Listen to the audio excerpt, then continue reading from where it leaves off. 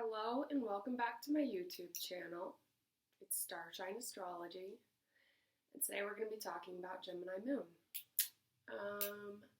If you have Gemini Moon, then I have a lot of things to say about it, which is ironic because we're talking about Gemini Moon. Alright, let's get into this. So Gemini itself is a mutable air sign, and if you would like to know a little bit about what that means, it's like mutable signs come at the end of every season, which basically is like, okay, this season is coming to a close, it's time to mix it up, and we're going to change this energy so that we can move into the next season. So that's what mutability does. It's very versatile, it's not super consistent, but it's here to kind of like be malleable, pick up on different things, be flexible, and be ready for change. So mutable air is what Gemini is, which is basically like if you take what I just described and put it into the concept of like our thinking brains, which is what air does, it's very thinking, then that tells you already what kind of energy Gemini is going to give off. It's like very light, it is extremely curious, inquisitive, and its opposite polarity is Sagittarius, which means that the two are opposites from each other, but they bring each other into balance, and they actually kind of like can appear similar, because both Gemini and Sagittarius have a lot of tension between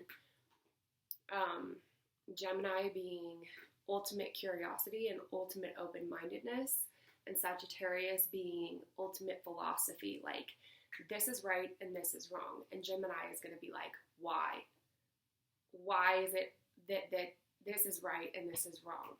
And they're gonna like explore thoroughly the options of how things can be done.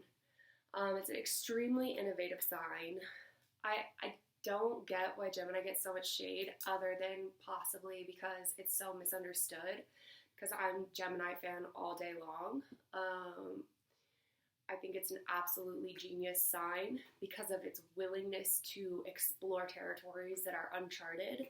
But of course, like any sign that can go wrong, like you need to have boundaries, you need to respect others' boundaries. And Sagittarius exists for a reason, because sometimes things in life really are just right or wrong. But yeah, Gemini is intensely creative due to its ability to kind of look at life, and it's also ruled by Mercury, right? So Mercury is this analytical energy that goes back and forth and goes So Gemini kind of goes around and inquires about everything about life around the person living their life. They're going to just inquire about everything until they kind of develop some kind of like, okay, that's what that's about over there. It is an air sign, so it's kind of like, it's not Scorpio where they're like, let me explore the absolute depths of this subject. It's just going to be like, I want to learn about it. I want to have a conversation with someone about it. I want to have a general idea of how it works. I'm going to challenge it a little bit, and then I'm going to move on to my next interest. So let's just bring this back to Gemini Moon. If you have a Gemini Moon where Gemini is ruling your sign of the moon, where it's like ruled by the mother, it's your nurturing, it's your emotions, it's how you feel nurtured and how you nurture. And it's really kind of like how you feel and process the world around you.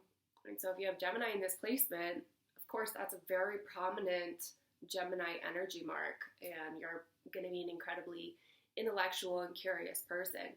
It can even bring about kind of like an identity crisis, because when it's in this placement of how you feel on the inside, when that's ruled by Gemini and it's constantly like almost like rejecting the notion that you can feel one way about something, it can be extremely confusing to have this placement, because you yourself feel like you're kind of like moving about in this Gemini manner, kind of like not having a ground to stand on, but just going through life, exploring, asking questions, and trying things in new ways and trying like out if something works or if it doesn't, and you're going to know from personal experience. So it's not exactly the easiest placement. It can cause a lot of chaos in the mind because it's so mental. So it's really beneficial if people who have this placement have like strong, sturdy earth kind of energies around them. I feel like these people gravitate to those folks anyway. Yeah, it can be like really difficult for a Gemini moon to actually get into their feelings because they're going to ask questions about their feelings and they're going to want to intellectualize their feelings and say, why am I feeling this way?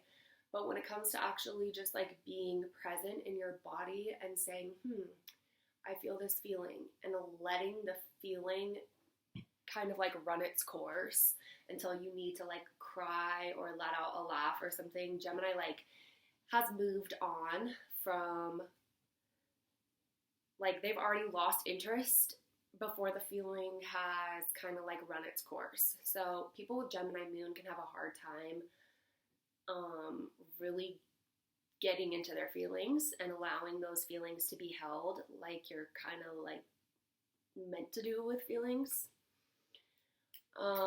So it can be really, really helpful also for people with Gemini moon to have people around them who can mirror it back to them, like why they're feeling, how they're feeling. Someone who does like the work of emotionally processing with them and reflecting to them is massively beneficial in the life of a Gemini moon. Y'all have already heard Geminis, the twins, you know, it's going to be like this one day and the next day it's going to play the devil's advocate and say, why can't it be like this? And the next day they're going to be like, oh, I found out it's got to be like this. So these people can be really unpredictable and they can be hard to read unless probably there's another Gemini person who will just kind of more intuitively understand, like, this is just how you go about, like, you're just basically trying stuff on and that's what you're doing. And you're gathering little information about it to stimulate your mind. That's one of the main motivations of a Gemini moon, is just like they feel emotionally nurtured from mental stimulation, which can be, again, like I said, very confusing, because instead of being like emotionally nurtured by like emotional things, they feel nurtured from being able to learn a little bit about a new subject. My cat's over here tweaking. Yeah, another thing with that nature of Gemini, I don't know why my cat is acting like that. I'm like hoping there's not a bug in here, but yeah, so another thing about Gemini having that nature of like ultimate curiosity, it goes with them wanting ultimate freedom. A Gemini hates being tied down. Like, Gemini moons can have different love natures sometimes. This is like heavy on the, you gotta look at the rest of the chart, but let's say you have Uranus touching something with your moon or your Venus or even your Mars. This could be a person who wants to try out different kinds of relationships, like open relationships, or wants to go to like swinger parties or just something like that. They can also be queer, like they can be gender queer because it's so innately connected to them to have that duality, that they may like not identify with a single gender. That's kind of common. One of the ways that Gemini goes around showing love to people and the way they prefer to connect with people, which, by the way, a Gemini moon is like an incredible networker. They can go up to people and genuinely want to know about them and just ask them questions like, what do you do? Really? Oh my gosh. Like, how did you get into that? And where are you from? Like, do you have siblings? Just straight up like taking interest in people. So that's one way they go around showing love. And it makes them kind of like master networkers. And that being said, they also can be really, really funny because they kind of have this rulership of the quirky things in life, and they can kind of play with like saying something that's unexpected or saying something that's like a little bit offbeat to get a laugh. Like Gemini moons can definitely be incredible actors or comedians. I think they also like study the F out of other people because of their curiosity. And so with that mutable mirror essence to them, they can like, that's why they're such good actors and actresses. Because they can do like really good voice impersonations, and they can like take on a persona and like live it out, you know? I feel like I'm just spitfiring so fast about this, which is totally in tune with the Gemini moonness of the video. Let's see here. What have I forgotten?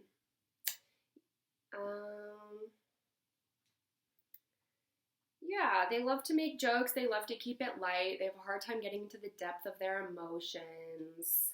And I mean, I really love Gemini moons. They're so sweet. Oh, they're very childlike. Gemini's the third house.